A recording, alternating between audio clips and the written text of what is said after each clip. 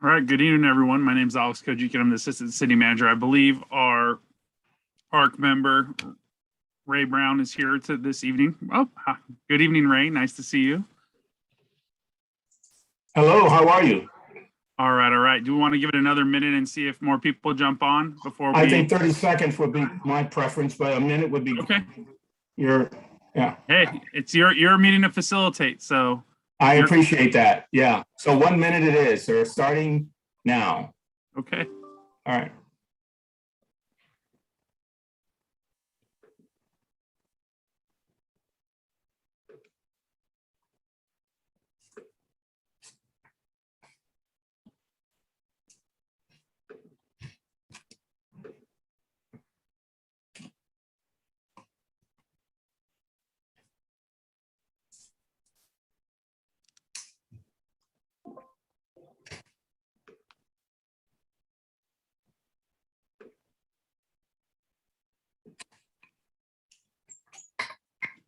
Okay.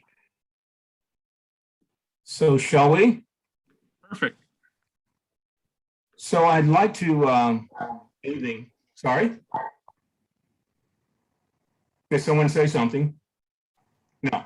So I'd like to say good evening and thank you for joining and tuning in to one redistricting workshop hosted by the Advisory Redistricting Committee and Redwood City staff.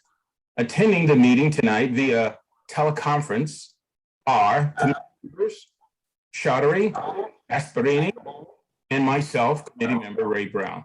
City staff and staff from the city redistricting consultants. Redistricting partners are also participating via teleconference. This meeting is being streamed live on the YouTube channel for Redwood City and recorded and posted after this workshop. We're offering a Spanish translation for all ARC meetings and workshops through a dial-in conference line. If you wish to be a part of this and like to hear this meeting in Spanish, I've got 3 numbers for you. I've got a phone number, a meeting ID, and a password. If you're ready, let's start with the numbers. You can see it on the screen. It's 669-900-6833. The meeting ID is 346-830-856-10. I got ahead of my translator, so why don't I let the translator do the same thing in Spanish.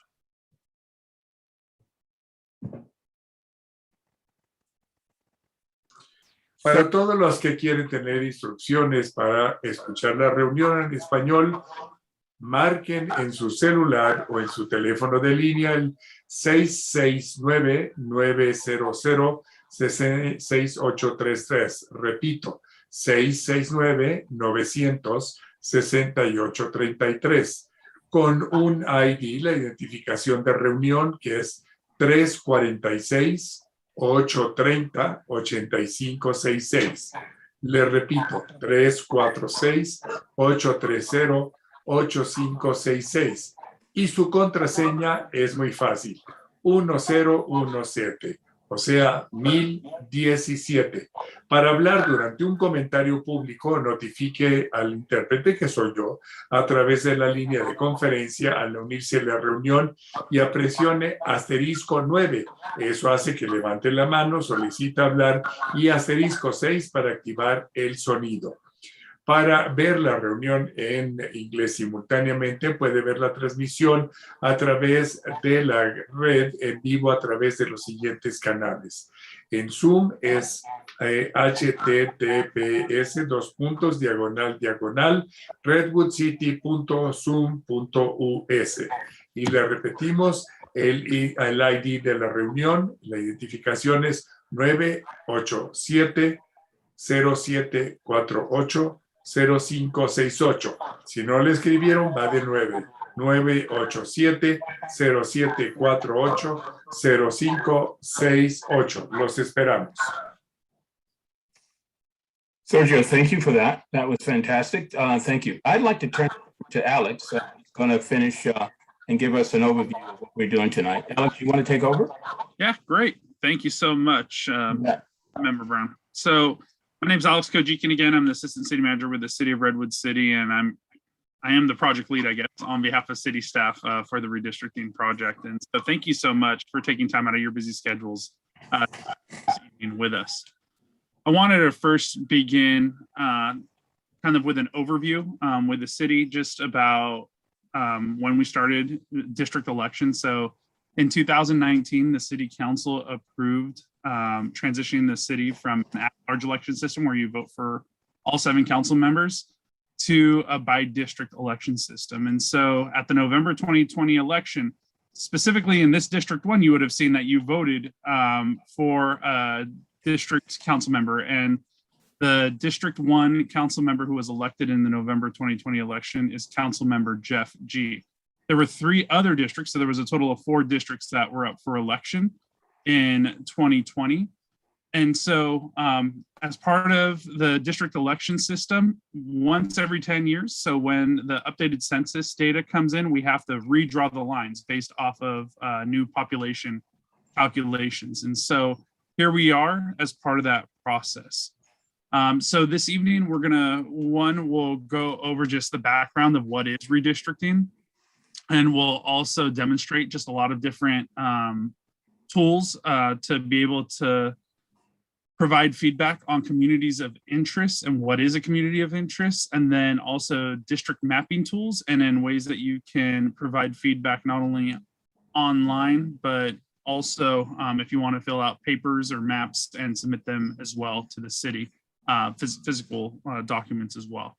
So with that, I'm going to go ahead and I'm going to pass it off to Sophia Garcia with Redistricting Partners, who is the city's demographer or consultant, redistricting consultant, who will give the presentation and demonstrate how to use all the different tools. And we'll then have questions and answers and ask for feedback from all of you. So I'm hoping that this becomes a little bit interactive with our participants so that we can gain some great feedback that we can take back to the Advisory Redistricting Committee, which is comprised of 11 members who the council appointed back in June of this year to help identify a map. And Sophia will go into more detail about this, but looking forward to that feedback and input. So without further ado, Sophia, welcome.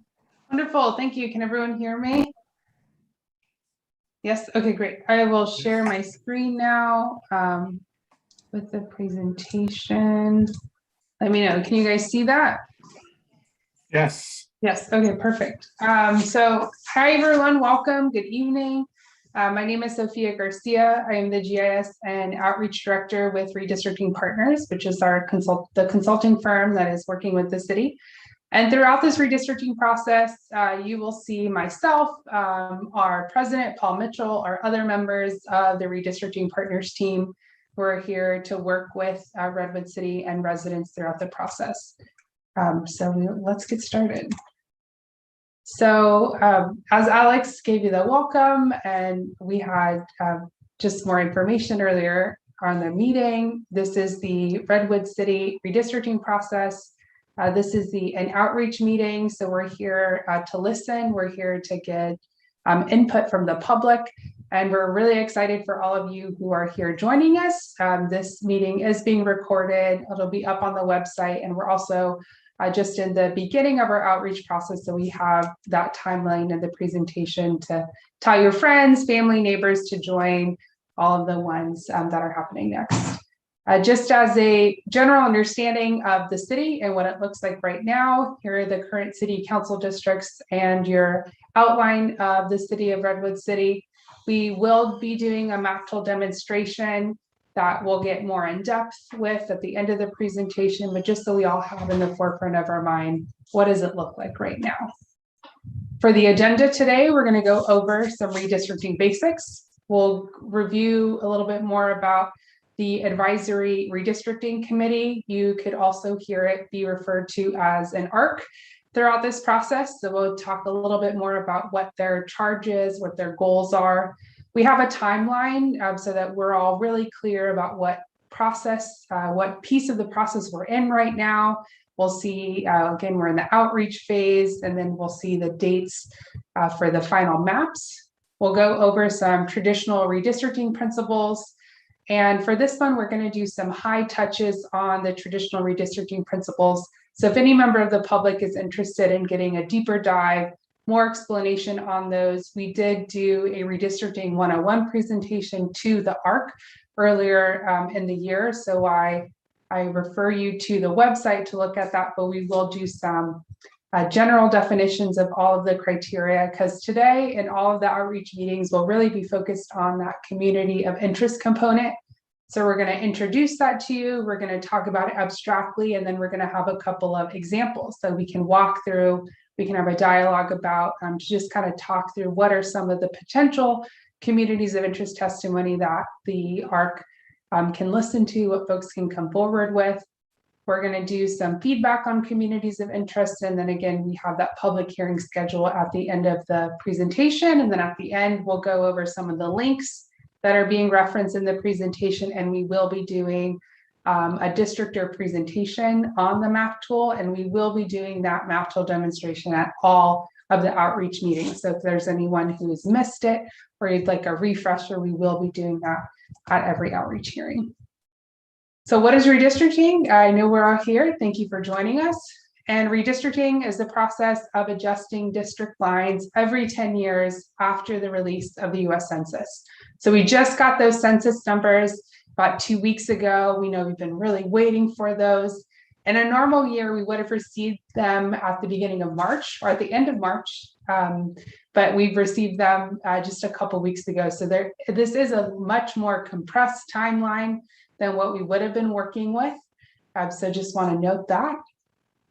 In terms of redistricting, some of the more well-known examples are congressional and state legislative districts. And in California, that's being done by an independent redistricting commission. And in other states, it varies the way that they do that process. But local governments must also go through this redistricting process as well. Again, we know a lot of folks are focused on state and federal, but our local governments are going through this process. So Redwood City is going through this process right now in the moment to ensure the city council boundaries are rebalanced after the census. So we're really focused right now at looking at that new census data, at listening to folks to create new council boundaries. So that's the process we're in right now. And beyond creating district boundaries of equal population, redistricting also serves to empower local communities and preserve voting rights. So this really is the process of listening to residents of Redwood City to relook at the way that we're gonna move your city council lines. So the ARC, or Advisory Redistricting Committee, which Alex talked a little bit about earlier, and we have some folks on the call, so glad that you guys are here. And we have some folks throughout the whole city and some folks that are representing at large. And the committee was appointed by the city council. More of the structure on the ARC, the city council appointed the Advisory Redistricting Committee to assist them in conducting community outreach and recommending a new city council district map. So some of the goals of the ARC are conduct community outreach hearings. So that's what we're here this evening for. And again, we have some of those members here. To identify communities of interest from public input. So help uplift what they will hear throughout this process from the community. To draft new city council maps from community of interest input and recommend a map or maps to the city council. So that's kind of the goals of this redistricting committee.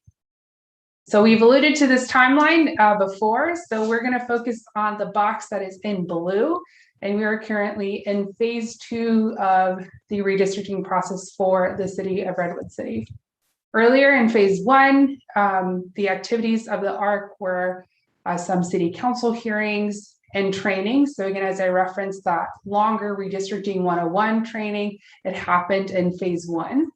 And right now we're in phase 2, which are the community workshops by district. So we are going throughout the district virtually where we are going to be doing listening, and we're going to be doing these community outreach phases. So right now, the phase that we're in is listening to community, letting folks know what communities of interest are, different ways that the community can submit testimony. There's that online map, there's a paper map, there's a form. There are these specific hearings, or you can email. So we're giving you a breadth of ways that you can submit your testimony. And that's the process we're in at the moment. When we move to phase 3, so after all of the community workshops, then will we be going into the map drafting and ARC recommendation phase. So again, that will happen after all of the workshops have been completed. And then the committee will then look at all of the testimony and begin drafting draft maps. And then in phase 4 will be for the city council to review. And by January, there should be a final map plan. So this is the timeline that we're in right now. Traditional redistricting principles. So these are ranked criteria that the committee and the council will need to follow in order to create draft maps and then also to pass that final plan. So again, these are for drawing new city council lines for fair representations. That's what we're aiming for. There's a number of criteria that have been upheld nationally and upheld by the courts. The first one is relatively equal size. So we've talked about that a bit. And what that means is in terms of people, not citizens.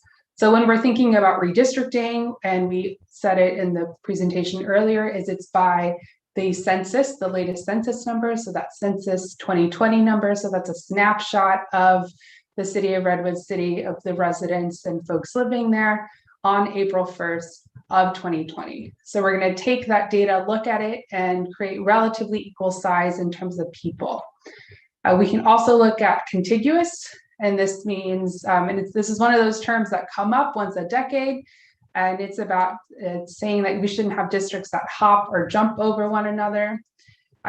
You can think of a game of checkers or Twister, is that we don't want to hop over pieces. We don't want to kind of be on a board where we're in a bunch of different places. So that's what we're going to look to avoid. Maintaining communities of interest, we're going to get really in depth with that on our later slides, but that's a criteria, and it's a pretty high criteria. Because in this redistricting cycle for California, cities and counties must follow a new California redistricting law. It's called AB 849, but it's most often referred to as the Fair Maps Act. And that uplifts maintaining communities of interest as a high criteria, as the third criteria actually in that particular law. So we're going to reference that a little bit later and more in this presentation, kind of uplifting what that law means specifically for the city and why we're doing more outreach than in the past because of this new law. So it's very exciting in terms of community input and outreach. Another criteria is looking to follow city, county, local government lines. So if there are school districts, or if there's a park layer, or if there's existing city layers that make sense, the ARC or the members of the public can see to look at that and see if it makes sense for the ARC and again, the city to ultimately use that as a criteria. And then the other one is keeping districts compact. So when we think about compactness, it's not necessarily saying that if there is a district or a shape that looks really funny, that doesn't necessarily mean that it has been gerrymandered. Again, this is ranked criteria, and this is one of the last criteria that the ARC and the city will look at. And again, if there is a way that they want to maintain a community of interest or a neighborhood together, and that means that the shape's going to look a little funny, then that may be something that comes out of this. Compactness can also mean an appearance or in function. So the committee will think about the functionality of how districts and how communities of interest and neighborhoods fit together. And again, all of these, we go more in depth on the Redistricting 101 presentation that was given during the trainings earlier in the year. So let's get into communities of interest and why we're here. And this is also a term that kind of comes up once every decade. But at the core, what communities of interest in this testimony means is that we understand that residents of Redwood City are experts of your community. You know where the best places to eat are, you know when traffic is high, or what park to go to on a specific weekend. You are experts of how you navigate your city and your city resources. But now we have to think of that in terms of the redistricting process. And so we use the term communities of interest for this specific process. And it's about bringing like-minded people together for representation. Communities of interest are the building blocks of districts. You can think of them as Legos of districts or other basics of districts. And these can include cultural and language minorities and a lot of other groups. And we give some examples in the next slides. Some of the things to remember during this process, and as we're listening to testimony, as there's such a breadth of diversity in the city of Redwood City, is that communities of interest are subjective. And we want folks to remain open-ended and try to be as inclusive as possible as we're listening to testimony. We all know that we navigate our city in different ways. We all come from different backgrounds. We work in different places. We go to different parks. We recreate in different spaces. We travel differently. And because of that, we want to just remain open-ended and listen to what the community is going to come forward with. Some things also to note is some communities covered under the Voting Rights Act are Latinos, Asians, African Americans. And while race and ethnicity can be a community of interest, it cannot be a predominant factor in drawing districts unless there is a Voting Rights Act district. And we will rely on legal counsel to give us direction on that if that's something that comes up. So again, we know that a lot of folks identify with their race, identify with their ethnicity, but in this process, we want to have folks ask more questions about beyond that, what are the other ties that bring your community together, and think beyond race specifically, again, because race cannot be a predominant factor in drawing districts unless legal counsel comes forward and directs us to do so. A lot of examples of communities of interest, as we said, they're subjective. A lot of folks can come forward with different viewpoints as their historical districts. You can have downtown and urban. You can have homeowners, neighborhoods. So these are some ideas of what communities of interest could be. So we've talked about communities of interest abstractly. We've given you some examples, but it's also important to note that under this new redistricting cycle, there are some things that cannot be considered as communities of interest, again, as things that the ARC and the city will be prohibited from including in their drafting of plans and their final maps. So the Fair Maps Act explicitly prohibits the following groups from being considered as communities of interest. And those are political party affiliation, incumbency, and political candidates.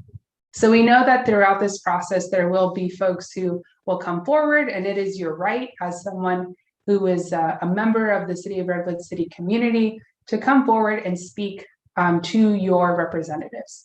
However, the ARC, the committee and the city have specific guidelines that they must follow in this redistricting process. So if someone comes forward with any of these three communities of interest, they will be disallowed from using them as part of the process. So that's important to remember. It's also hard to have groups of similarly minded people, but who do not share a similar geographic location to be considered as a community of interest through this process. So we're talking about citywide communities of interest and things that people could come forward as citywide. Again, we're talking about redistricting. We're talking about the city council being in multiple districts. And so if you have a community of interest that you think of as being citywide, I implore you to ask yourself, are there hotspots? Is there density of your community of interest in a specific area of the city? And to think through a little bit more of, are we in some specific areas of the city? Because it's just really difficult for the ARC and then for the city council to consider a citywide community of interest, again, because we're talking about multiple city council districts. So those are just some things to really keep in mind as we're going through this process. So again, we've talked about communities of interest abstractly. We've given you some general examples.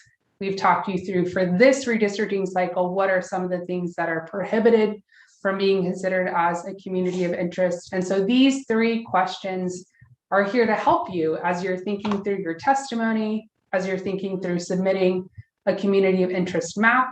How can I define my community in terms of the redistricting process? And so we're here to help. So the first question we want you to ask yourself is, does the community have a shared culture, characteristic, or bond? So what are the things that bond your community together? Is the community geographic in nature? Is the community able to be mapped? Again, we're talking about redistricting. We're talking about a final map being submitted and finalized. So that is really important. Geography is important.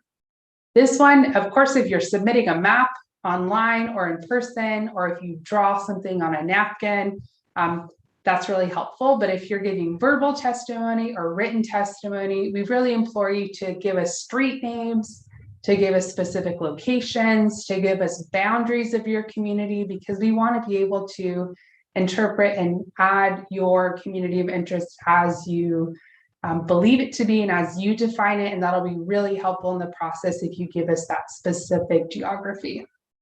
And then the third one we want you to ask is, how would you describe the community's relationship with the jurisdiction and how it is affected by policy decisions made by elected officials?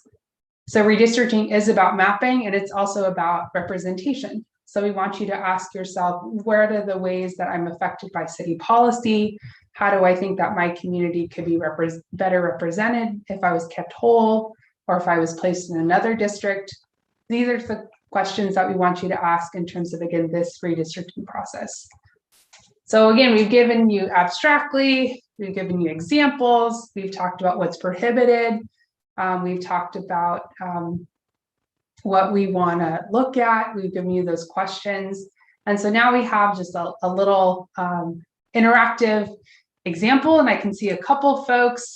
If you want to raise your hand, I know we've had people gone through this before. Yeah, you can comment or just nod to yourself if you don't feel comfortable in meeting.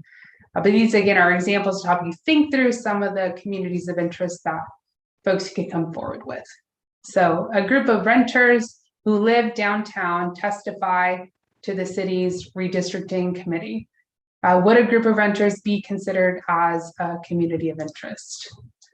I think we have some members of the public here. Just want to think about that. If you said yes, then you're correct. This group of residents can easily be mapped. They're in a distinct area and they share a common policy interest, which can be addressed through legislation or public services. So this one can definitely be mapped. It's in a distinct area too.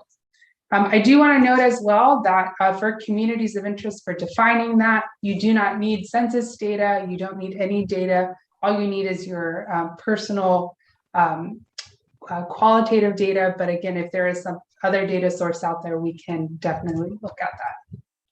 So Sophia, before we move on, yes. Sophia, before we move on, just for the participants, if you want to engage, feel free to unmute yourself, and you're more than welcome to interact with Sophia and staff. And then additionally, if you have a question, you're more than welcome to hit the reactions button. If you look at your bottom bar, and then it'll say raise hand, and you just got to click on that, and we feel free to call upon you as well. We were trying to get a comment section. It didn't show up this meeting, so we're working on that a little bit further. We had some technical difficulties, but if you want to, engage, feel free to just engage on these questions, or even if you have a question or want to engage further, you can always raise your hand. Thank you. Right. I appreciate that, Alex. And we do know that, again, these outreach hearings, sometimes they're done in an in-person setting and we can gauge people, but we're doing virtually. So we're working to try to make it as accessible. So thank you for that reminder. So the second example we have is a group of neighborhoods on the eastern side of the city that are susceptible to flooding come forward, and they would like to be considered as a community of interest. So would this collection of neighborhoods be considered as a community of interest? What do folks think? So if you're nodding to yourself, if you're unsure, if you're nodding to yourself, then yes, you're correct. So this group of residents can easily be mapped. they're in a distinct area, and they share a common policy interest, which can be addressed through legislation or public services. Doesn't matter if it's in multiple neighborhoods. So that's something that if it's a larger group, you can come forward still and discuss that. We have another one. So a group of business owners with a focus on ensuring there's ample parking, clean streets, and consistent police patrols around throughout the central business district. So we have some business owners who are really kind of focused on ensuring that people who frequent their shops have places to park, feel safe while they're parking. Do folks think this could be considered as a community of interest? I see a thumbs down. Okay, do we have any other reactions? And again, we're talking about that subjective. We're talking about different folks who we have a thumbs up. So we have conflicting things. This is great. I love this virtual dialogue. This is really helpful because these are the sort of things that the ARC committee will have to think through and have a dialogue about after they listen to testimony. So this can be considered as a community of interest. So this is a group of people. Yes, oh, sorry. I see someone's unmuted. Go ahead. Do you have a comment? You're labeled as R. Brow. No, I do not. Thank you. Okay. So yes, this group of people is in a shared geographic location who have similar needs for public services. So there may too, this kind of brought up, I think at the last time, we could have competing communities of interest. So we may have a group of business owners who come forth, and then we maybe have some neighborhoods or people who would prefer that city resources be used in a different way. So that is definitely possible to come forward and have competing communities of interest. And again, that will be the job of the ARC to talk about that, to dialogue about it, and see kind of how those fit together. I see a raised hand with a picture of a beautiful sunset. Do you want to? Yeah, my Vidyut, and I'm sorry I missed the beginning of this presentation. And I'm just understanding that you're talking about redistricting, and District 1 is Redwood Shores, correct? We're talking about redistricting, and this is a outreach hearing specific. So you want to jump in? Is this for? Yeah, so specifically District 1, Redwood Shores area. That's where we're at tonight, because we're doing these engagements and workshops in each one of the city's 7 districts. So tonight is the one that is District 1, which encompasses Redwood Shores. Yes, go ahead. I'm a resident of Redwood Shores, and I wanted to know, is this something that you just, do we give the community feedback now, or when is that going to happen? Well, I will finish up. I'm doing a presentation. We'll finish that up and share resources with you, and then you can comment at the end, because we may answer some of your questions throughout the presentation. But please hold on, and we will love to hear your comment. Okay, thank you. Hi, this is Leanne Redford, Sophia.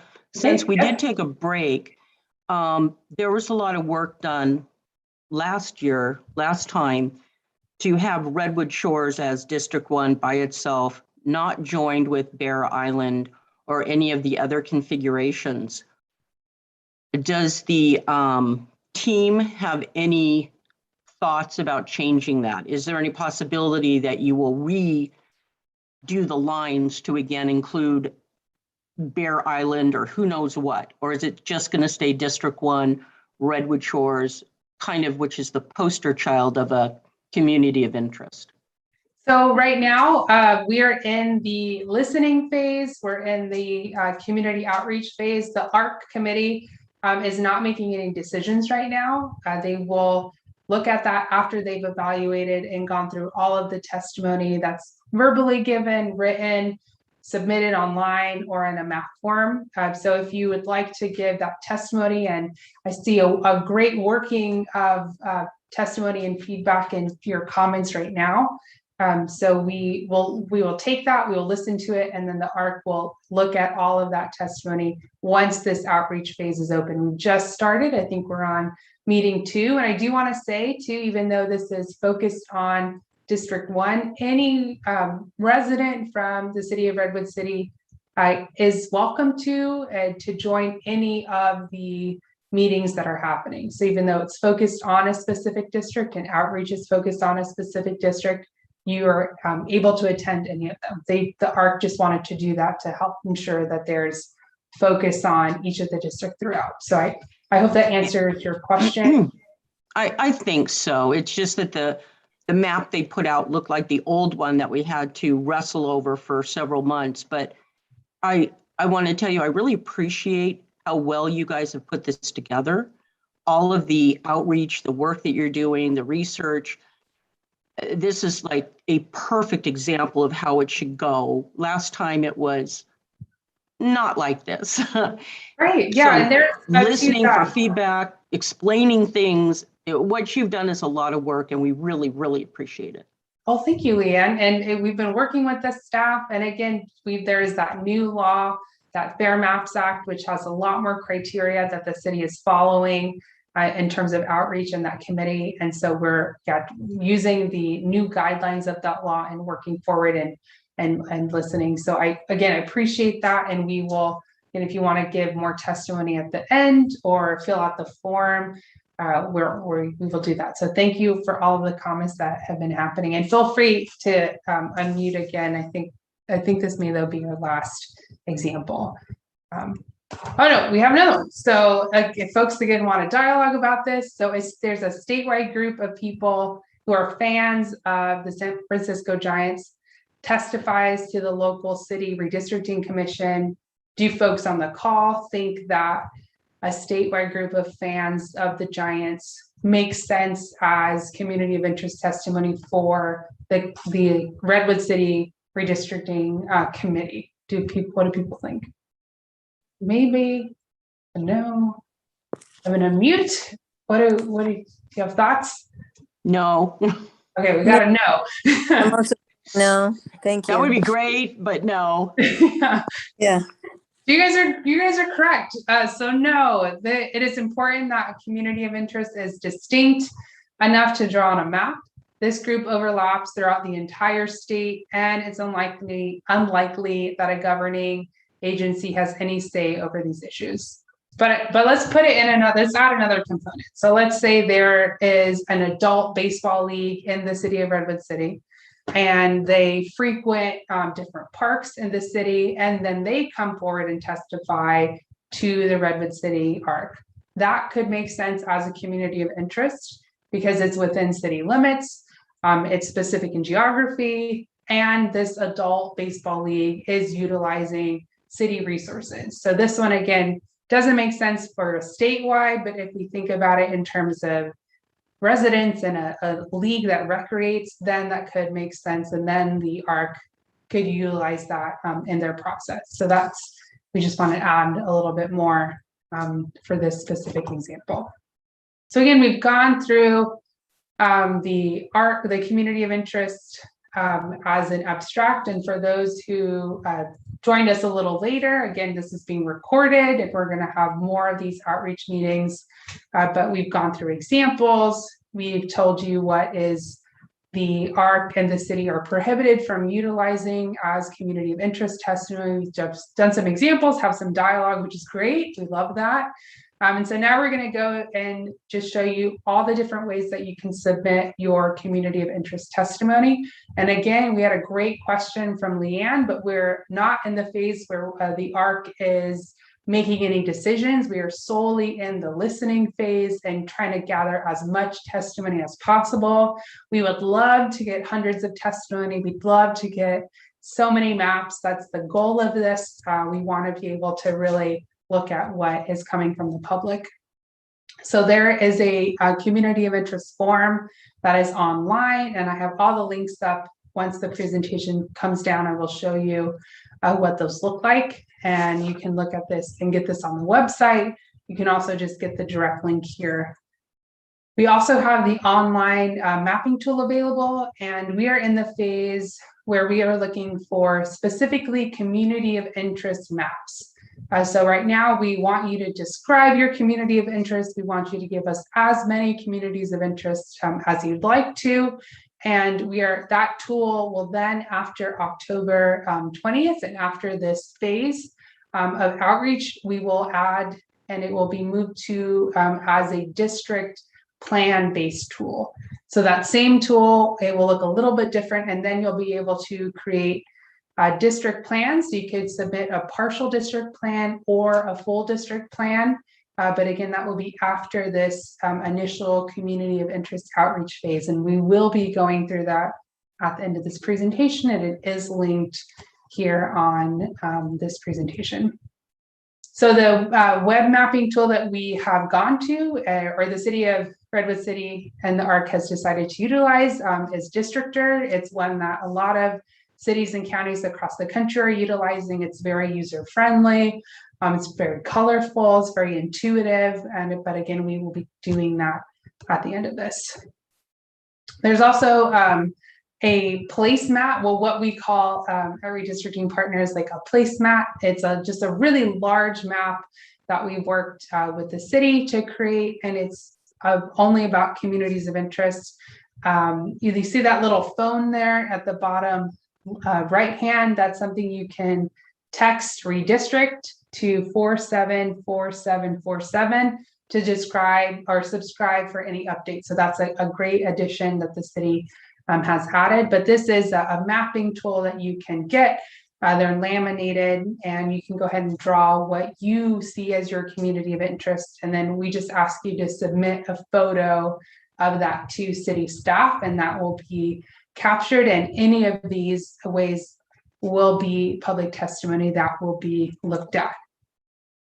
So we just want to remind folks again, if you missed this at the beginning, or if you're thinking through your testimony right now, that the three kind of questions that we've thought through, again, to help folks construct their community of interest testimony for the redistricting process. Again, we know that everyone interacts with their community in different ways. But we also want folks to know that this is a process where we're dealing with maps, we're dealing with representation. And so thinking through these three questions as you give your testimony will be really helpful. So again, does your community have a shared culture, characteristic, or bond? Is the community geographic in nature? Can it be mapped? And then finally, how would you describe your community's relationship with the city of Redwood City and how it's affected by policy decisions? So again, those are three things to keep at the forefront of your mind.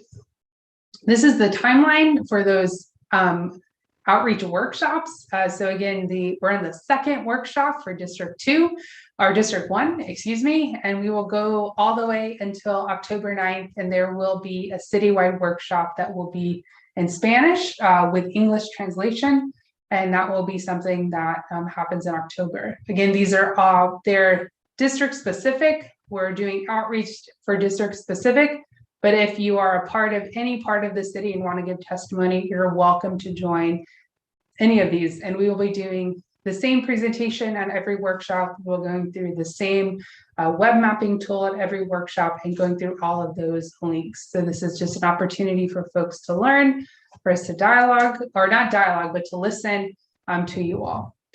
So how can you help? What's some stuff that you can leave this meeting with? Is you can take that community of interest survey. You can share it with your friends, with your family, with your neighbor. You can share the workshops and flyers with any of the places that you're a part of. And we encourage you to participate through this whole process. And the Redwood City Redistricting website is linked at the bottom of this. So we want to work with you, collaborate with you to try to get the word out. So we really appreciate everyone who's on this call today. So I'm going to really quickly go through some of those links that were up that we talked about, and then I can go through the Districtor tool. And then again, we can just continue to hear from the public. So let me pull up my web link and we'll share again. Thank you for your patience as I find this on my screen. Okay. Wonderful. Can folks see my screen again? See, maybe. Yes. Okay, perfect. Thank you. Thank you. Thank you. Okay, Yes. so this is the link that you will look at, or what it will look at for that community of interest form. So it'll take you directly to this, and you can click on start filling out. And we have those 3 questions there for you, and it's like a fillable PDF survey. So there's a description box for you to add in answers to that, anything else that you'd like to tell the ARC or to consider, and you could add in your contact information, the district that you live in, and then you can submit it. And you can also print it and view it. So that's one way that you can submit your testimony as a form. Yes, Alex, yes. In order to form itself, if you redwoodcity.org. I think you're like cutting out a little bit, Alex, but I Oh, think you're you're cutting out. saying go to this website. Start again. Nothing. Alex, I'm not hearing you. No. I think a piece is what I've heard is you would like me to go directly to this website and then show where you can find that form online. Okay, great. Okay, I was able to piece a little bit about it's right here. So if we go to the beginning of this and you click on or see what's new, then you can click on the Redwood City Community of Interest form. And we see that the city has that in. Sophia? Yes. Sorry for interrupting you. You're currently sharing the community of interest form, so you might have to stop sharing in order to be able to walk us through what you're doing and restart. Thank you. I appreciate that. Okay. Yes. That's really helpful. Okay. Can you see this now? Yes. Okay. Thank you. Thank you for that. Okay. So we will have to do that because I have all the links up on my computer. So thank you. So this is the Redwood City redistricting page. So for all of that, like information, all of the presentations that will all be found here on the website. And another portion of the Fair Maps Act is that the city of Redwood City will have to have all of the information that happens throughout this process and have it on their website for 10 years. So up until 2030. So you can kind of wave to folks who will be watching this 10 years from now and say, hello, we're doing this now. And that's a new part of that law. So as I was showing myself a little bit earlier, if you go to scroll down a little bit to what's new, and you click on the Redwood City Community of Interest form, that will take you to that form that we were just looking at. So that's the way to access that. If we scroll down more to try to get that placemat, here's also more information on the Advisory Redistricting Committee. We have the timeline of the phase, so we can again see where we're at. Today we're at September 1st. We're at the District 1 workshop. Again, we're in phase 2 for community workshop. So in that listening, gathering testimony phase, you have meetings, agenda, minutes, you have more of the community of interest survey. So here's another way that you can get access to that survey that we were just looking at. And then we have the paper map. So if you click on here, do you see a new thing that's coming up? Yes, okay, cool. So it's gonna take a little time to load. We're gonna zoom out a bit. And here we see that map or that place map.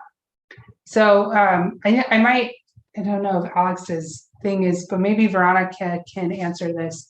If folks wanna get a copy of this, can they pick it up somewhere or do they print it out? If they want to drop that, I don't know if staff has an answer to that. So Can you guys hear me now? yes, we can. Okay, great. Wonderful. Sorry about the technical difficulties. So what you can do is one is these paper maps are physically at our libraries and then also at community centers. So you can pick them up there if you would like. Or you can just download it online and just print it out. And if you want to kind of circle in the areas that you think are communities of interest, that would be really helpful. And you can either take a picture and email us at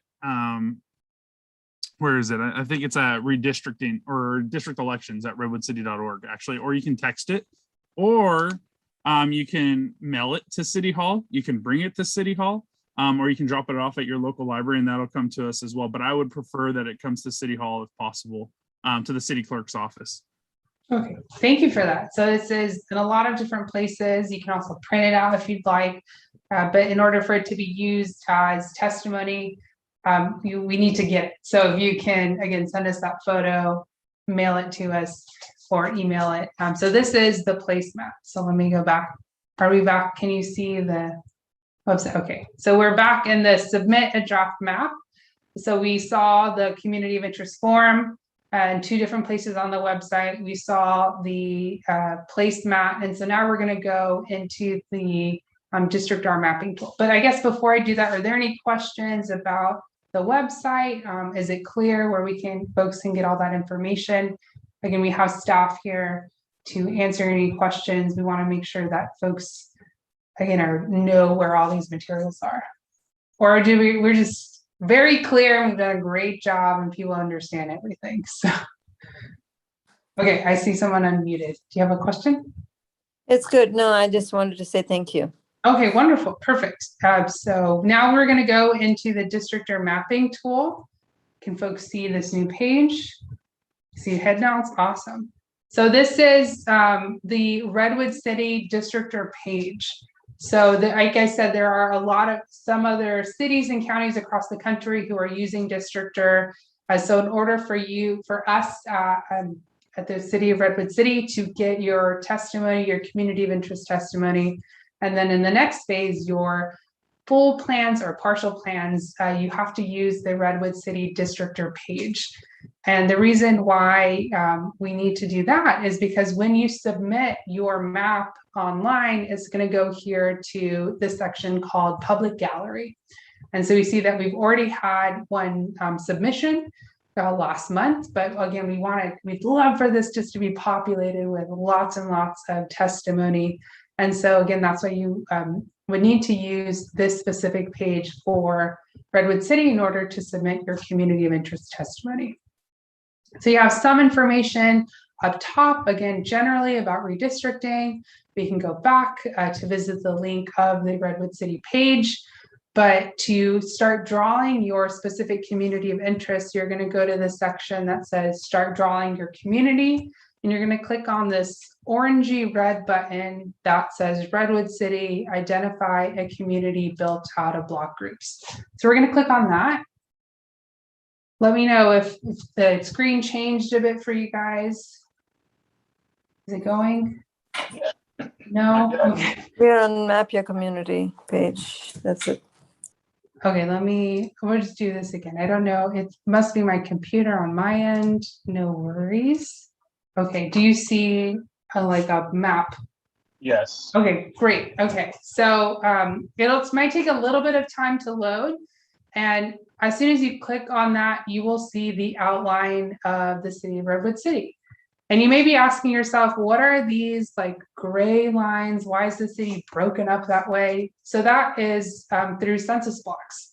So again, as we're referencing the earlier presentation, we're talking about equal population. We're talking about that the ARC and the city council must use census geography as their highest criteria.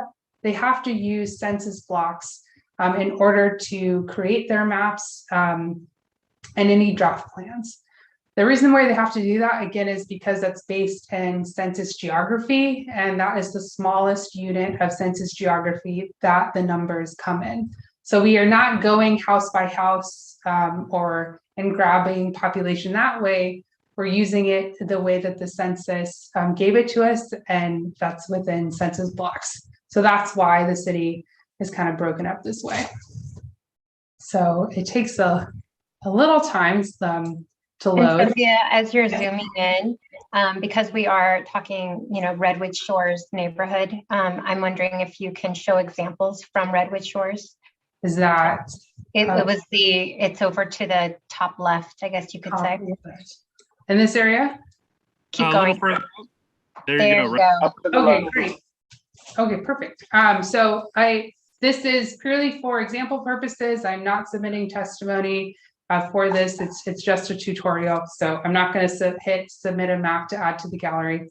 But a couple of things to note before you start drawing your community of interest. There's a search bar. So if you type in a specific location, it'll zoom the map directly to that location. We also have on the left a plus and minus tool and a reset button to reset your map guiding north. So you can plus and minus and zoom in and out of the map. The map, once you get into it, will also have you automatically having this pan tool. There's like fun hand thing where you can, with your mouse, click a part of the map, drag it, and also zoom in or zoom out using your mouse. So that's this fun pan tool.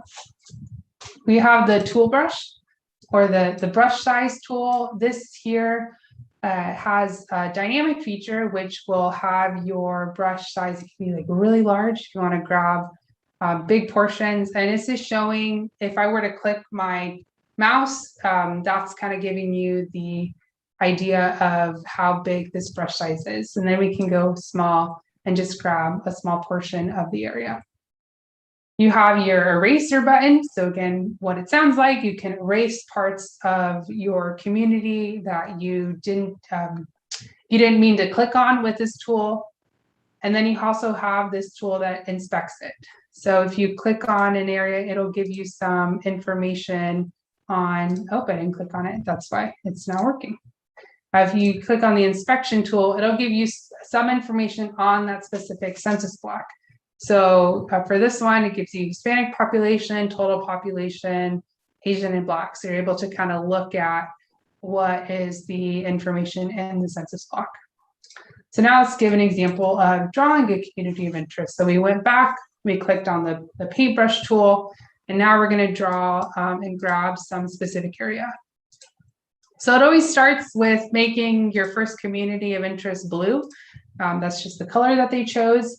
And you can draw as many communities of interest as you would like. When the tool has changed to have the tool draw specific district boundaries, you will be locked and only able to draw the number of city council districts that the city of Redwood City has. Here you can draw as many as you would like. So we're going to change the color and then we're going to go and grab some more communities to make our district. The other difference, yes. For those of us that don't see quite as clearly as the younger people, zoom in. Could you zoom in? Yeah. Yes, I can. Yes, thank you for that. Thank you. Maybe we could see a street name or something. I'm not sure. Oh, if you zoom in, if you zoom in a lot, you'll be able to get more information. So we have Marlin Court, Davin Lane. You may not have as much clarity as you would in like Google Maps. So if there will be some street names named here. We could zoom in more. Some more things might pop up. Okay, so I'll keep it there. Thank you for that. I have a large screen, so I don't know what folks are watching this on. So we can also see that here we have this district that it's neither yellow or blue because this is an overlap. So you are able to overlap your communities of interest in the community of interest tool. This is also something that you will not be able to do when you're drawing districts, because we know that there can be overlapping communities, there can be overlapping neighborhoods, but for drawing districts, you will not be allowed to do that. If you don't want to allow overlapping districts, then you click on the lock already drawn communities. And so now, if I try to grab some of this yellow with my blue tool, I won't be allowed to do that. So if you don't want to overlap your communities, you click on that button. You can name your communities of interest at any time throughout this process. There's not a oh, you won't be able to name it when you're done drawing it, or you have to name it before. That's really up to you. To look at the communities of interest that you've created, you go to the selection tool and you'll see that because we haven't named it yet, we just have it named as Community 1 and Community 2 based on the color. So you can name it whatever you'd like, again, purely for example purposes. And then you have a description box. So if you want to think through those 3 questions, if you'd like to add more description, whatever you would like to add, you can do that in the describe your community box. You can name that and do that for all of the communities of interest that you've created. You'll see that there isn't a way that the overlapping area has a specific name. So you will have to detail kind of what your thought process was in doing that overlap in either one of those communities that you chose. Because we know that there are communities of interest that are larger geographies, and there are specific areas that we can think of as amenities or nuisances. So it could be a park, it could be a specific location. And if you want to add a specific location to your map, we're going to go down here, go to important places, click on the blue button that says new marker. When we hover over it, we're going to click on that, and now we can click on a specific location. Again, similar to communities of interest, you can add as many locations as you think are important to you.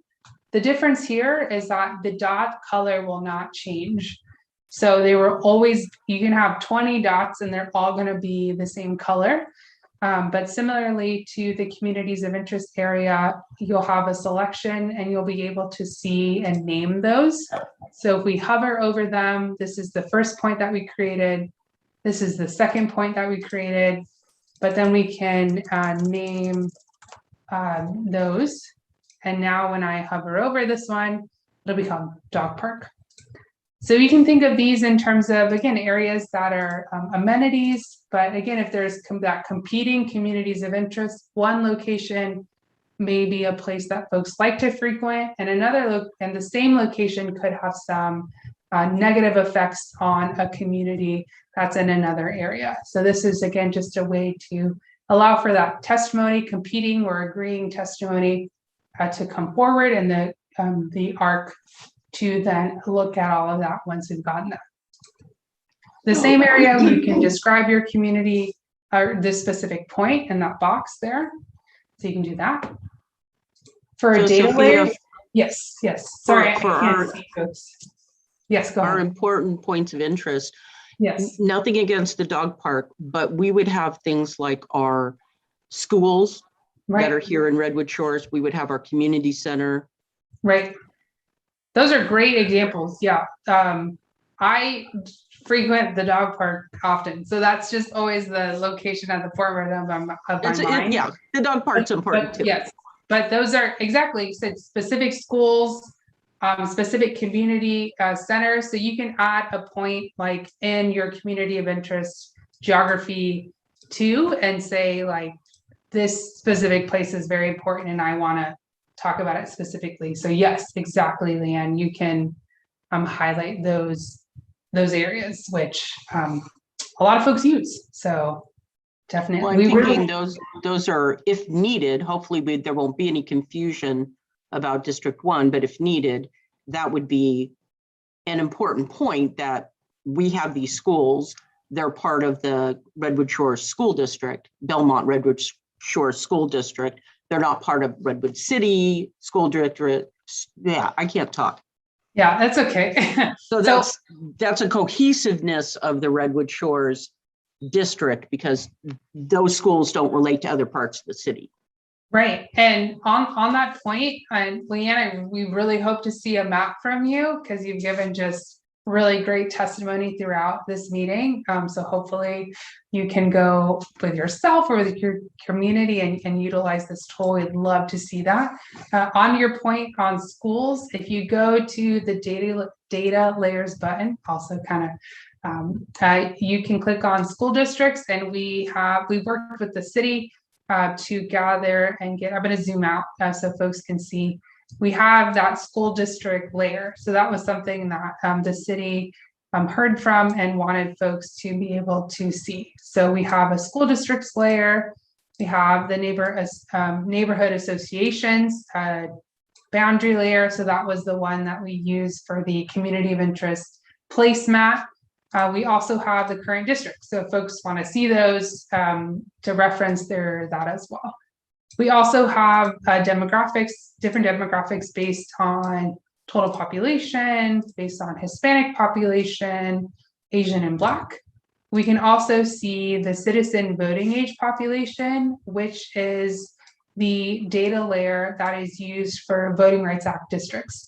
So if folks want to peruse that and look at that, you can do this as well. You can also do a coalition builder district if you'd like to do that. So these are just some other data layers that you can look at, peruse, and evaluate. We have the last kind of button here, which is the evaluation button. Sophia, Yes. before we leave that, Yes. you had a button on the previous screen that said the current district boundaries. Yes. Could you go over Redwood Shores boundary on this? So here for current districts, we see this boundary. Does that look correct to folks? That is the District 1 boundary right there. It's Okay, all of Redwood Shores currently, District 1. Okay. Yes, it does. Okay, perfect. So you have that for reference if folks want to look at that. We love these questions. Again, we want to make sure that folks feel confident to go and can submit maps. So the evaluation tool, again, we know that to submit your community of interest, you don't need census data.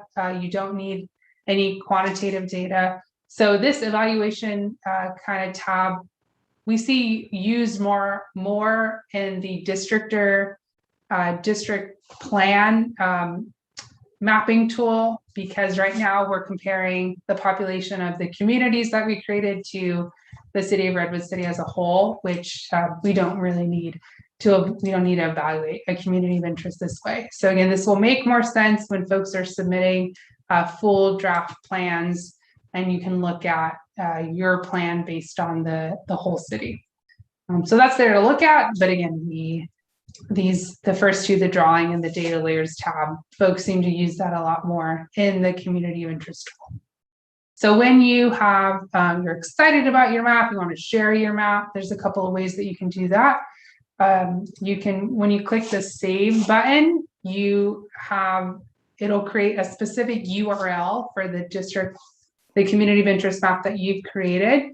And if you copy that and add it to a new window, it'll save your map just the way that we've done it. So if I were to add this into a new window, it'll save all of those shapes and locations that I made. To share your map to that gallery. So when we went and at the beginning of this showed you the Redwood City Districtor page, we showed you the section with the gallery, public gallery, and we had that one submission. If you want to add your specific map to that gallery, you can click the share gallery button and it will be added to that website. You can, if you name your map, that would be great, but it's not necessary because you will have a specific map ID for your map. But I think in order to reference it, to share it with friends or neighbors, we do see people naming it specific things. That's really helpful.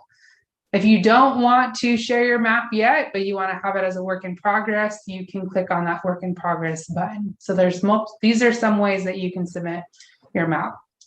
You can also print your map as a PDF to share it with folks that way.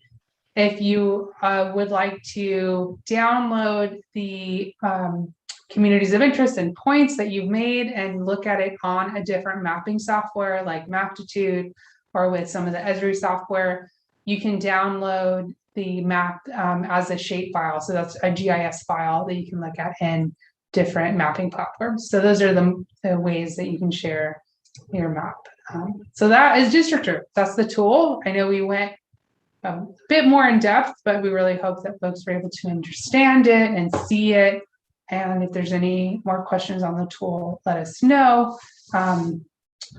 You can let us. Sophia, this is Leanne. Yes, I have a Leanne. question. Hmm? Could we go back to the part of the tool that shows the various ethnicities or? Okay. That's the data layers tab. Okay, there we are. You have Hispanic, and what are the different, it says population by race. What are the different races that are listed?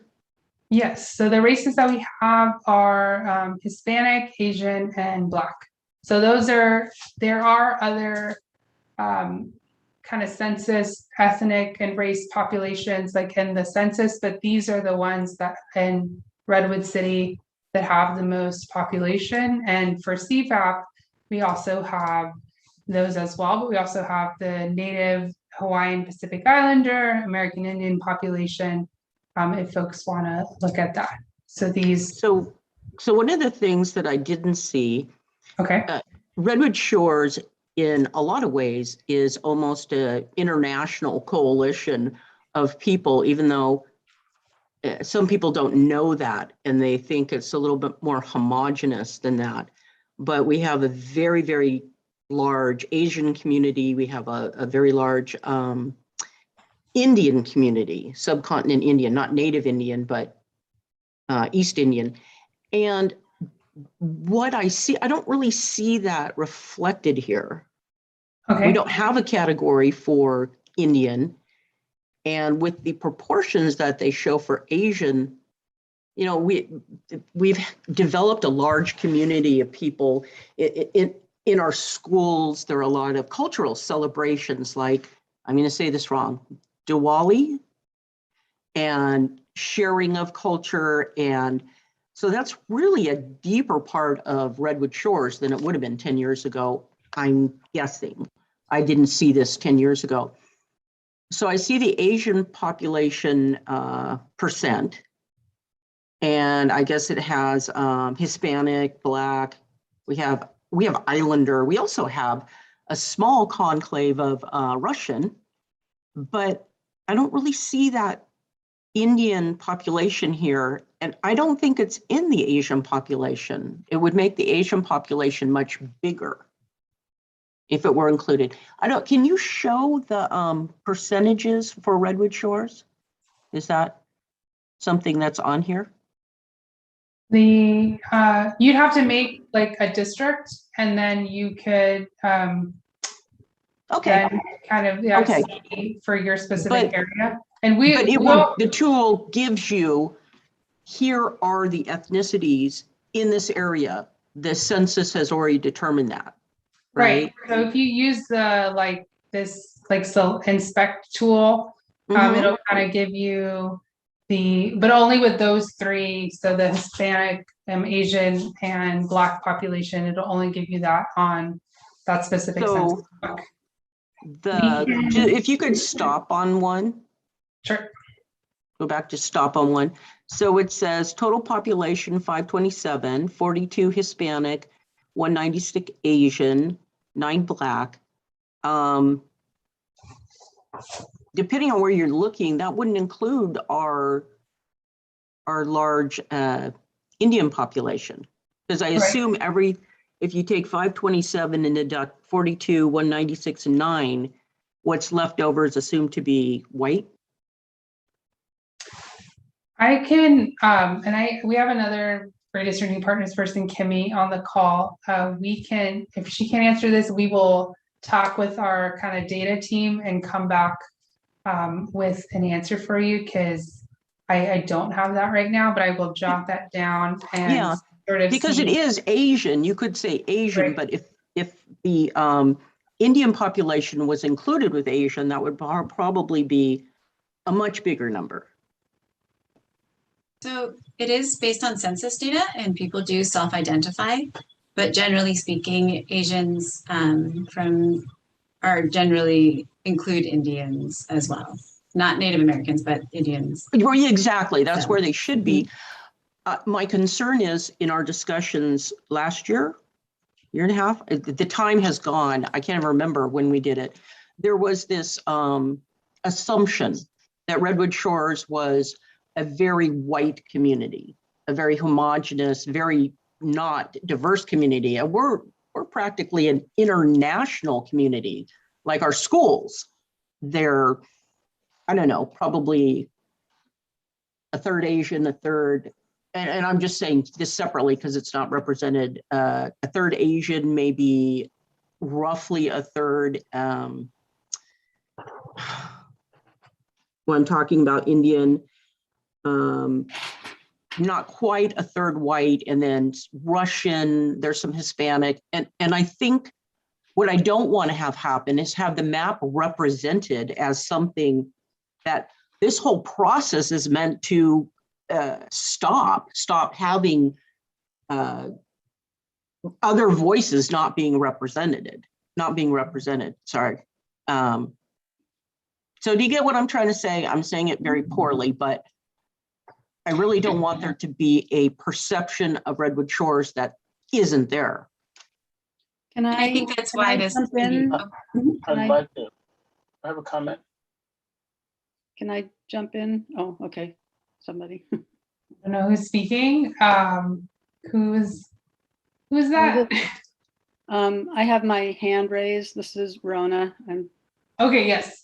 So I do want to speak a little bit to Leanne's point there. Yes, Leanne, there are assumptions made about Redwood Shores. Yes, we are a very diverse community, not only in terms of ethnicity, but in terms of income levels as well. So yeah, there is a lot of people just don't fully know Redwood Shores. And I guess, that could be part of the testimony. I have a whole number of questions. I don't know if you want to wait till the end, but just in talking about my question about the map, when you save, when you say like work in progress, are you able to go back to your map and keep adding? So let's say you do, one district, like, oh gosh, I'm really tired. I want to get back to this tomorrow, as you go through all the other districts, or is kind of once you do it, that's it?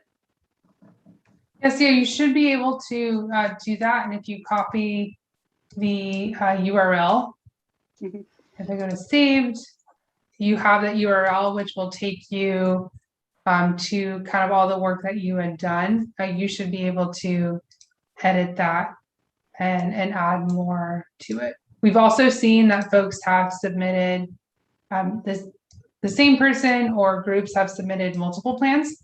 So if you kind of submit something and then you go back and think, actually, no, I want to change something, you can then like rename it and reference the like first map that you made. Sophia, it's Alex, and I see over there, it says, would you like to share now or save the map as a work in progress? If you see that, you can click that, and that's, Rona, exactly what you're talking about.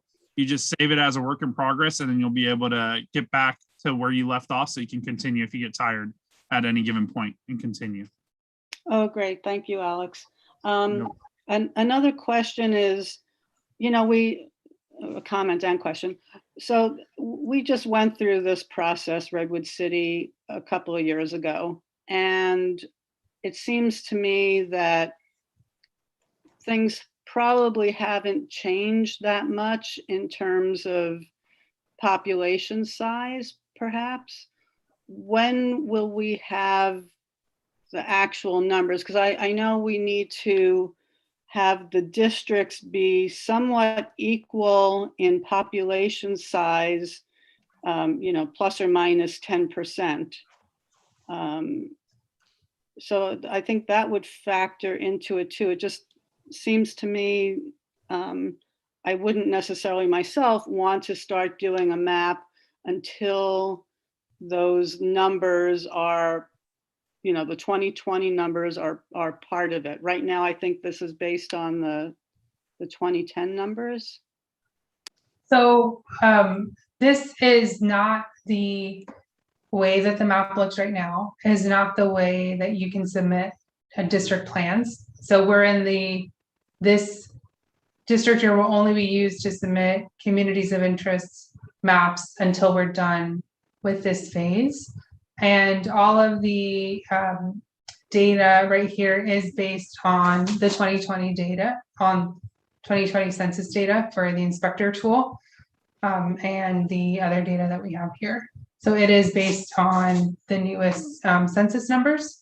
But again, we would love to get your community of interest maps. And then when the tool then transfers to be a district-based map, then we welcome you to submit draft maps or partial plans during that process. We will be creating and doing what was called an existing lines memo, where redistricting partners will give the committee a memo that outlines how the districts which are currently and how they fare to the 2020 data. But again, this is a process where just for until October 9th, the ARC committee is just looking at gathering community of interest testimony and not talking about any draft maps at the time. The city of Redwood City has more of an extended timeline than other cities. Some have to be done in December, but Redwood City goes until January. So the process right now is just focused on gathering that community of interest testimony. So again, if you submit your community of interest map, and then you get the census data and you then are able to draw a full plan and it changes, you can again submit multiple maps. So there might be some confusion because I know counties and other jurisdictions are in a different timeline and maybe in that draft map phase. But again, City of Redwood City is not in that phase yet, but all this testimony is really great. And we will look at that, love to see it. And again, we'll let you know, and we'll do our districtor presentation and run through when we have it as the map drawing phase, if that makes sense to. Yeah, so basically our community of interest maps and testimony should just focus on where we personally live and not really think about other areas of Redwood City. It could be about how you, where you live, yes, but also if you work somewhere else, if you use a specific area of the city that is nowhere near where you live, but you recreate, your community of interest and how you operate with the city could be all over the city. You could have some in this area, you could have some in the southernmost tip of the city. That's really up to you and what you think of as your community, as your neighborhood, how you think things kind of should fit together. And also this testimony will be utilized as a criteria that the ARC will look at. And so again, maintaining communities of interest is the third criteria that they will be looking at. So they'll be looking at communities of interest across the city. So definitely you can submit it as your home, but you're also welcome to submit it however you kind of relate to the city across the city. Does that make sense? Yeah, so, Okay. I would say, downtown Redwood City should be one district because that's where all the entertainment and shopping or whatever. So that's another community of interest of mine. Right, great. Okay, I think I'm getting with the program.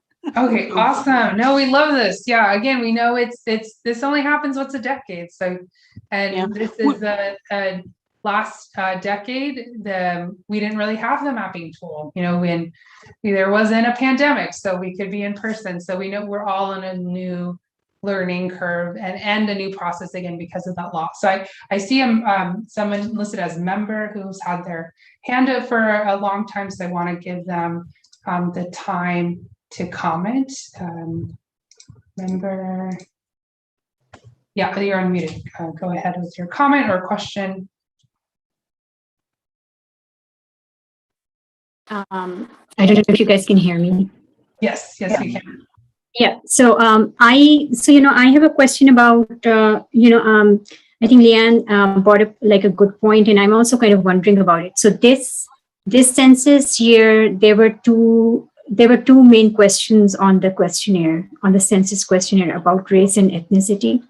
The first one was about, it's about the Hispanic origin. The second one was on the race itself, and census right now define, like, there are 5 subcategories for race right now on the census this year at least. One of them was Asian. And then within that Asian category, there were like 6 subcategories, right, of races, which were like Filipinos, Japanese, South Asian or Asian Indians, and there was another category which was called others, other Asian. So so this tool right now, I'm just wondering if, so this tool based on the race and ethnicity makeup of an area, does it change or stays the same? So, right now, if you do the pull down menu on where it's showing the Asian population,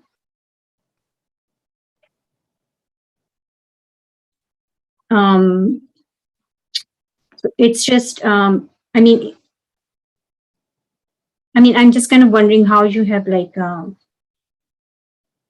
so we cannot really see those like 7 subcategories within the Asian population, right? No, just, and two, I want to just like remind folks, we know that race is something that we all identify as being a community, but for the redistricting process, we are also asking, beyond race, what are the other things that tie your community together? Again, race and ethnicity cannot be a predominant factor in drawing full draft plans unless a legal counsel comes forward under the Voting Rights Act. So that is just something I want to remind folks about. And yes, for right now, these are the 3 categories of race that we have outlined in Districtor for the race and for CVAC. Sophia, this is Leanne. I don't know how to raise my hand. Could I talk, or is someone ahead of me? I saw someone listed as R Brow, but I also want to see if the person who was just previously speaking, I think you listed 2 things that you wanted to talk about. Yeah, Leanne, go ahead, please. Let you. I'm sorry. Yeah, so I think I don't see raise hand down here, but yeah, so we have kind of that opposite situation. Like Rona was saying, we're extremely diverse, and she was also talking about there isn't the perception of the how homogeneous the incomes are is absolutely not correct. But very particularly important to us is that we have an age distribution where we have a lot of older people in our community. And unfortunately, one of the problems we've always had, even though we all pay our same taxes, all of the senior services are on the other side of the freeway. And our thought is this should bring out, we have an interest, we have a need, we have a large older population that need some services of that sort, maybe at our community center, that are closer. Does that make sense? I'm bringing these up because it's more about, you'll have that data. You'll have data on income, you'll have data on age. I hope that all of that data is correct. I question the Asian, and I know that we had talked about that, but and it just doesn't look the same from my neighborhood and my perspective. So, and that, I guess that was my question. Will the ARC teams look at that and know, for example, the big concern about older people in our community, or is that something we have to point out to them? By the way, you see the data here, and so while we want Redwood Shores to be a district, which makes sense,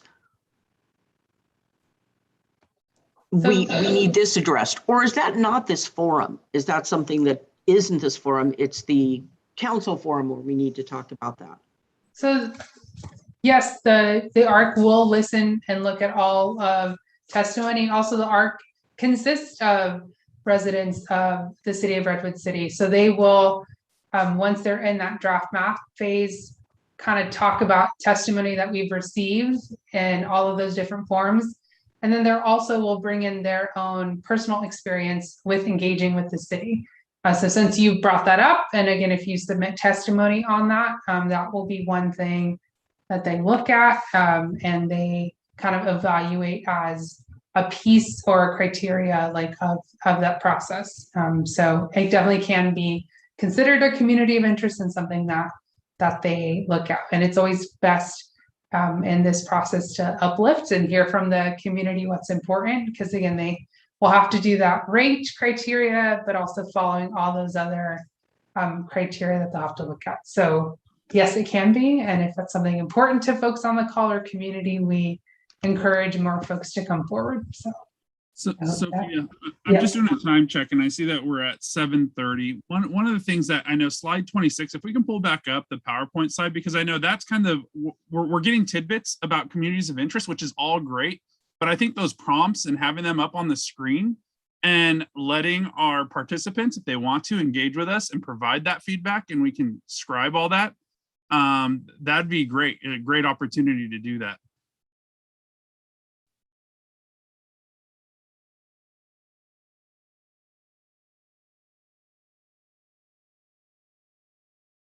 I don't know if Jessica, if you have the PowerPoint or if Sophia's running the PowerPoint.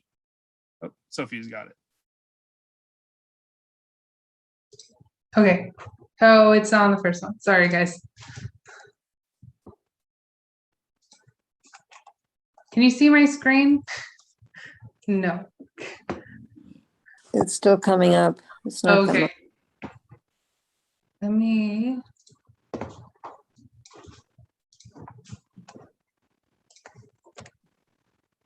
Months of Zoom and my. Okay, where to go?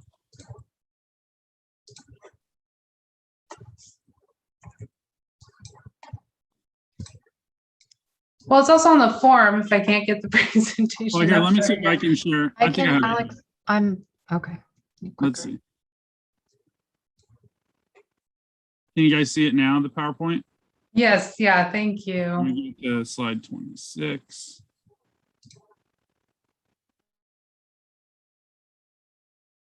Can you guys see this right here? Yes. Yeah, we're on it. You want to get rid of the speaker's notes, maybe. Are they still on there, the speaker's notes? I just went full screen. I see speaker notes. Oh, interesting. Okay. Let me see. Maybe I got to go. You can share that. It's on the At the community of bottom, interest form on at the bottom, do the. There we go. Oh, my.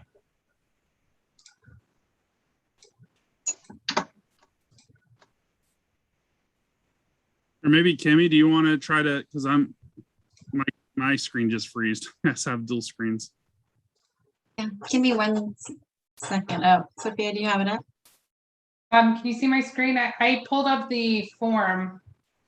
Is that okay for folks? That should work. Can you see the form online? Yes, I did. Yes. Okay. Yes. Okay. Thank you for bearing with us. So those 3 questions that Alex wanted to just remind folks, and again, we've heard a lot of folks who brought up different parts of their community, which is really great. And the questions to sort of think through again, because we've had some discussion on race and ethnicity and the census, which, you know, is always going to be a part of this conversation. But those 3 questions are: what are the common interests of your community? What binds your community together? The ability to be mapped. And then why is it important? And then what is the impact that your community could have on the city or jurisdiction of Redwood City? Oh my God. Danny, you got your hand raised? I do. Go ahead. Oh, you want to mute. Unmuted yourself. Okay, thanks. I'm Danny Gasparini, and I'm a member of the Advisory Redistricting Committee, and I'm part of the outreach team. And I've attended the first district outreach meeting that we did last week for District 2, and now tonight. So I just really appreciate Alex and Sophia, the way you've described the outreach process tonight, specifically for communities of interest, because as tonight we might be hearing that the communities of interest might sound a little confusing to people because they don't necessarily mean it's the map that's one of the 7 districts, right? So you could have various communities of interest, and you could have 12 or 14 within one current district. It's just wrapped around an interest. So you could have a group of individuals that really are interested in tree preservation, and they've drawn a map within their district that is all about tree preservation. Or there might be a community or a neighborhood that really is tied to their dog park, or there might be a community that is really concerned about traffic along Farm Hill Boulevard or Jefferson, which if you looked at that community of interest might look like a really long piece of licorice. And some others might say, well, that's gerrymandering. Well, that's a community of interest. It's one piece of information that the Advisory Redistricting Committee would use in developing those 7 districts. So tonight we brought up great communities of interest wrapped around senior services. And there might be a map that somebody submits because they're very interested in where those community centers are for seniors, or your community of interest might be wrapped around your library. There's no wrong community of interest map, right? So they are all accepted, and don't feel like anybody has to have just one map. I could have a map that involves my church group or my book club group or historic preservation around my residential neighborhood. It just means that when we start thinking about the 7 districts, and later on when we get the final census data that includes voting data, includes race data, includes geographic data, includes population data, that we're going to take those community of interest subcategories and feed that into this larger 7 district conversation. So I don't want anybody to feel hindered about a community of interest, that they can only pick 7, or a community of interest has to incorporate the entire current district. You could have several of them. They just feed into the conversation. Does that make sense? I just don't want us to get bogged down that we're right now having to think about the boundaries for the ultimate 7 districts. Right now, we're looking at what do people feel passionate about or challenged about in their neighborhood, in their community, in their full district. It could be any of those subsets. So that's where I hope everybody starts thinking about the smaller picture, which is the community of interest, and that's all going to feed into that larger conversation of the 7 districts. And I think maybe City Attorney Ramirez, you might speak to, ultimately, we have 7 districts. We're not going to be able to draw a map with 5, and we're not going to be able to draw a map or approve a map ultimately with 10. That is our charter, is 7 ultimately. But the information can be a lot that feeds into that. That's all I wanted to share.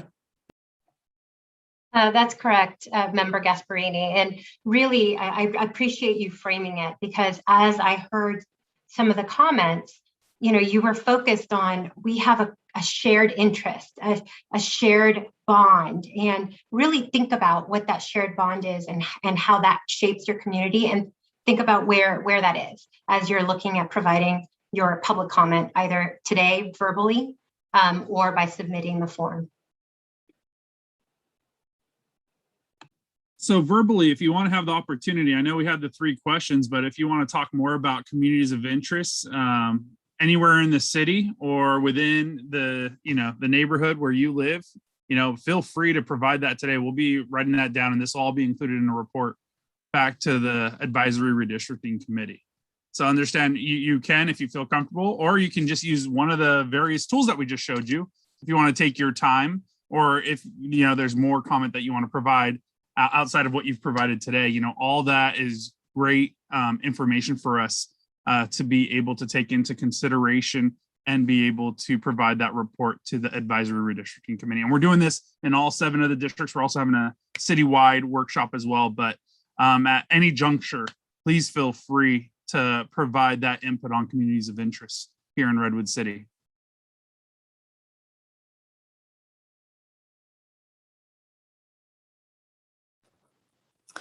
Hey, thank you for that. Am I okay to speak? Yeah, absolutely.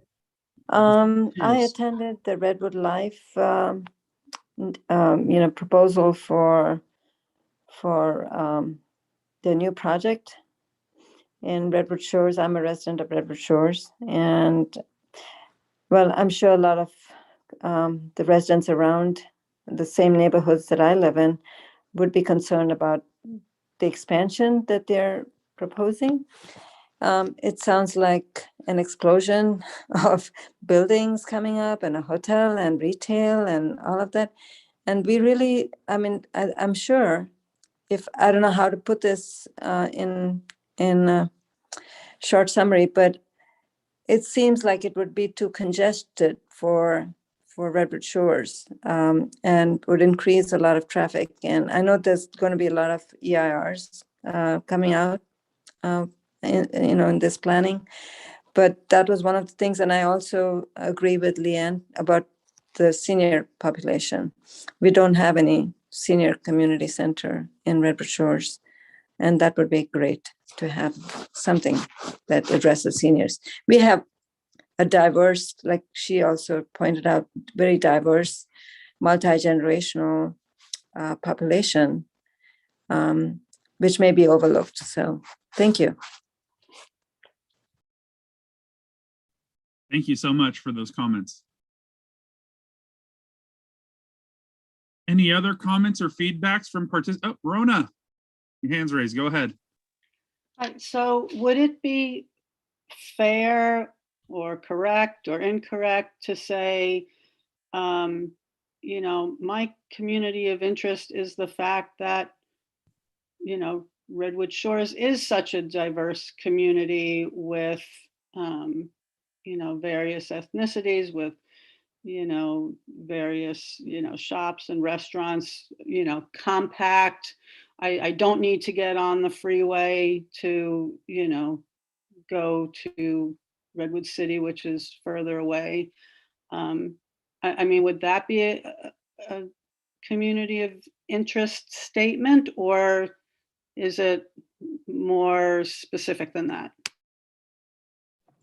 Yes, that can be a community of interest. That's a shared value that you believe your community has, and that's the bond that you have.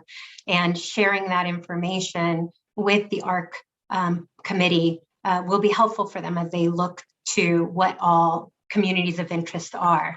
Remember, you're looking at a shared interest in a community that should remain together in order to ensure fair and effective representation at City Hall.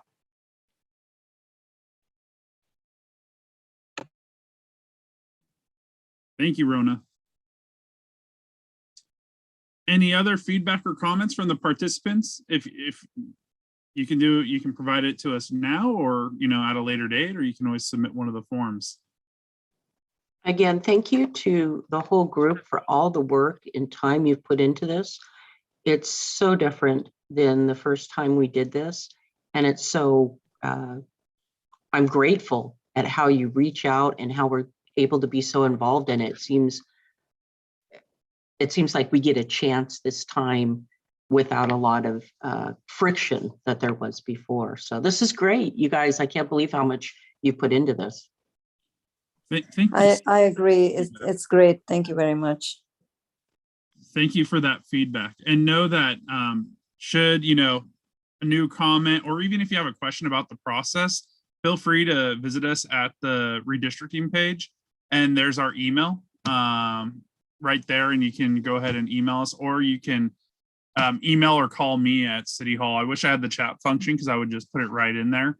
But even if you just look for Alex, I'm the assistant city manager. You can go right on there and click, and just feel free to shoot me an email if you have any further questions.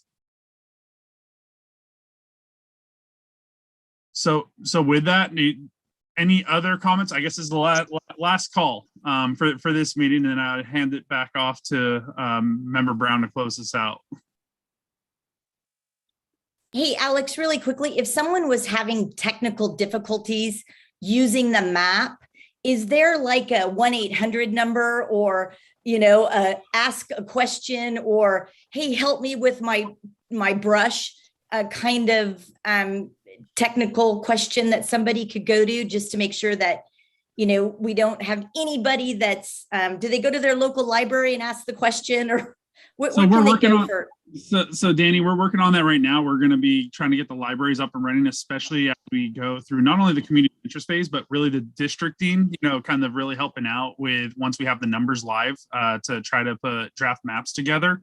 But we just put up on the website, if you go to District R, there's 2 other hyperlinks right next to it on the website, where it will give you basically sentence by sentence directions of walking you through of how to use the tool at this point. And then we're also working on getting videos basically of demonstrations as well, redistricting partners. And once we have that, we'll put it up on the screen. But when in doubt, feel free to email me, or email districtelections@redwoodcity.org.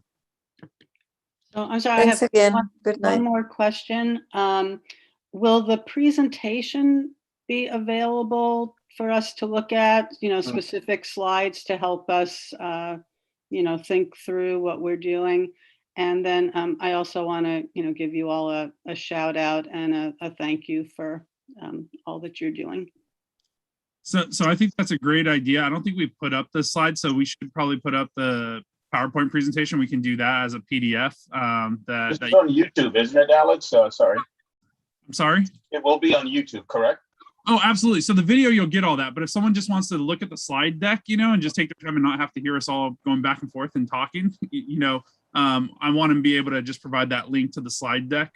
And so we'll work on that. We'll get it up tomorrow. But then, yes, all these meetings are up on YouTube, and it's all recorded. So right now, everything that we're talking about is going to be on the website. So if you need a refresher, or if you missed something Sophia said, or I said, or Veronica, you can go and watch the video again.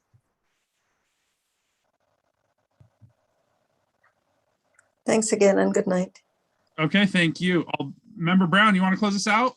Well, let me get off script for just a second and thank Sophia. That was brilliant. Veronica, of course, and Alex, thank you very much for that, for all the input.